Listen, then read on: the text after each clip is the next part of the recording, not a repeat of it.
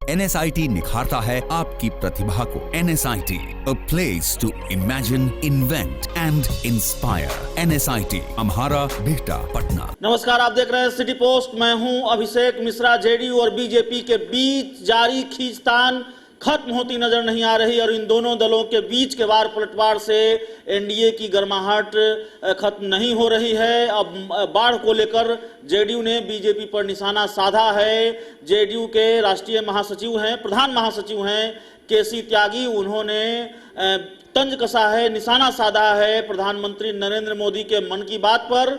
और बीजेपी पर जेडीयू के महासचिव केसी त्यागी ने कहा है कि बाढ़ को देखते हुए बिहार में आना चाहिए था प्रधानमंत्री को और मन की बात में भी बाढ़ पर चर्चा करनी चाहिए थी। तो ये पहला मौका नहीं है जब जेडीयू बीजेपी पर हमलावर हुई है और निशाना साधा। इससे पहले भी जेडीयू बीजेपी पर हमलावर होती रही है और बीजेपी के नेता जेडीयू पर हमलावर होते रहे हैं। वार पलटवार का ये खेल कई दिनों से चल रहा है बीजेपी और जेडीयू के बीच में और यही खेल उन कयासों को मजबूत करता है जिनमें ये कहा जाता है कि जेडीयू और बीजेपी की दोस्ती अब ज्यादा दिन तक चलने वाली नहीं है।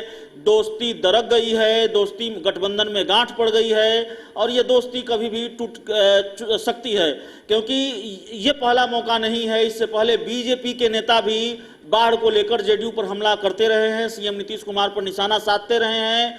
आरएसएस जासूसी विवाद आपको याद होगा, बिहार में जब ये खबर जंगल में आग की तरह फैली कि आरएसएस और उसके सहयोगी संगठनों के जो पदाधिकारी हैं उसकी जानकारी सरकार चाहती है, विशेष शाखा से विस्तृत जानकारी मांगी गई है, तो बीजेपी के नेता हमलावर हो गए थे।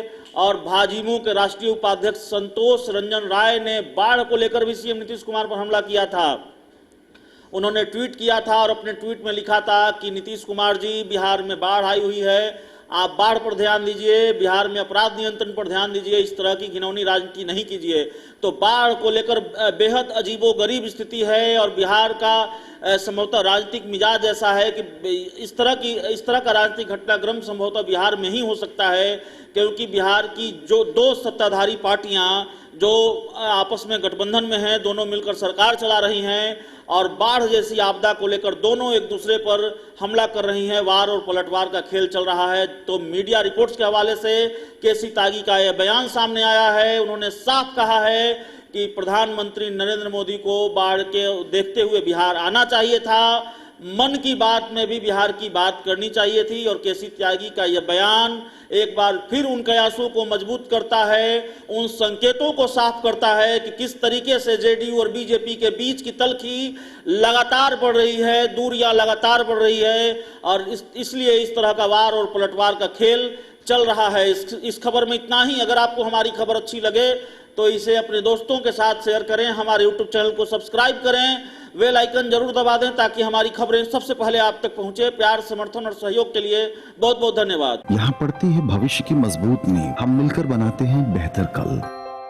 गोपाल नारायण सिंह यूनिवर्सिटी, आपके बेहतर कल के लिए। क्या आप जानते हैं कि घर बैठे आप अपनी स्वास्थ्य समस्याओं का सलूशन पा सकते हैं सॉफ्टकेयर मोबाइल ऐप के द्वारा। अधिक जानकारी के लिए आप संपर्क कर सकते हैं। हमारे फोन नंबर्स हैं 9472981111, 9472982222।